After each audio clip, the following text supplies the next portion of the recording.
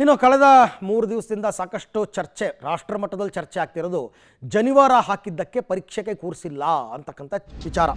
ಜನಿವಾರ ಹಾಕಿದ್ದಕ್ಕೆ ಸಿಇಟಿ ಎಕ್ಸಾಮ್ಗೆ ಕೂರಿಸದ ಪ್ರಕರಣಕ್ಕೆ ಸಂಬಂಧಪಟ್ಟಂತೆ ಕೆಇಎಗೆ ಮಕ್ಕಳ ಹಕ್ಕುಗಳ ರಕ್ಷಣಾ ಆಯೋಗ ಪತ್ರವನ್ನು ಬರೆದಿದೆ.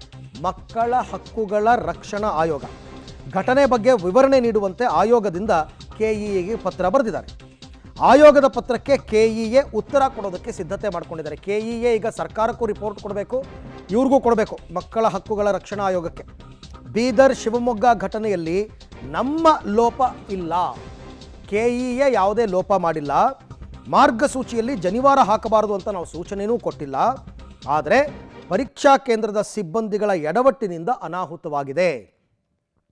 ಬೀದರ್ ವಿದ್ಯಾರ್ಥಿಗೆ ಅನ್ಯಾಯ ಆಗದಂತೆ ರ್ಯಾಂಕ್ ಕೊಡ್ತೀವಿ ಅಂತ ಕೂಡ ಈಗ ಅವರು ರಿಪೋರ್ಟ್ ಕೊಡೋದಕ್ಕೆ ಸಿದ್ಧತೆ ಮಾಡ್ಕೊಂಡಿದ್ದಾರೆ. ಆ್ಯಕ್ಚುಲಿ ಕೆಇಎನವರು ಶಿವಮೊಗ್ಗ ಮತ್ತು ಬೀದರ್ ಈ ಎರಡೂ ಜಿಲ್ಲೆಗಳ ಜಿಲ್ಲಾಧಿಕಾರಿಗಳಿಗೆ ವಿವರಣೆಯನ್ನು ಕೇಳಿ ಪತ್ರ ಬರೆದಿದ್ದರು.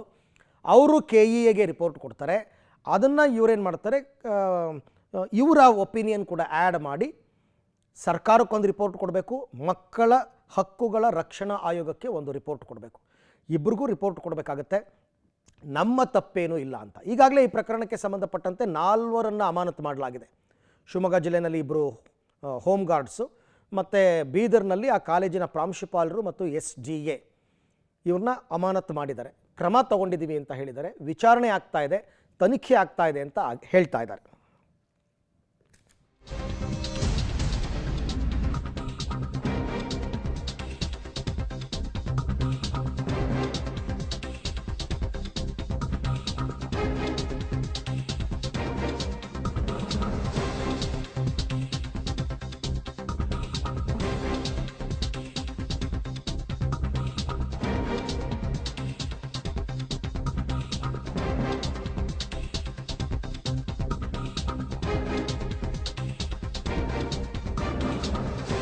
ನೋಡಿ, ನಿನ್ನೆ ಅಷ್ಟೇ ಶಿವಮೊಗ್ಗದಲ್ಲಿ ಇದೇ ಪ್ರಕರಣಕ್ಕೆ ಸಂಬಂಧಪಟ್ಟಂತೆ 2 ಸೆಕ್ಯೂರಿಟಿ ಗಾರ್ಡ್ಸ್ಗಳನ್ನ, ಹೋಮ್ ಗಾರ್ಡ್ಸನ್ನು ಸಸ್ಪೆಂಡ್ ಮಾಡಿದರು. ಈಗ ಬೀದರ್ನಲ್ಲಿ ಆ ಕಾಲೇಜಿನ ಪ್ರಾಂಶುಪಾಲ ಚಂದ್ರಶೇಖರ್ ಬಿರಾದಾರ್ ಮತ್ತು SGA ಮಾರುತಿ ಪವಾರ್ ಅಂತ ಇಬ್ಬರನ್ನು ಕೂಡ ಈಗ ಗೇಟ್ ಪಾಸ್ ನೀಡಿದ್ದಾರೆ ಕಾಲೇಜಿನ ಆಡಳಿತ ಮಂಡಳಿ.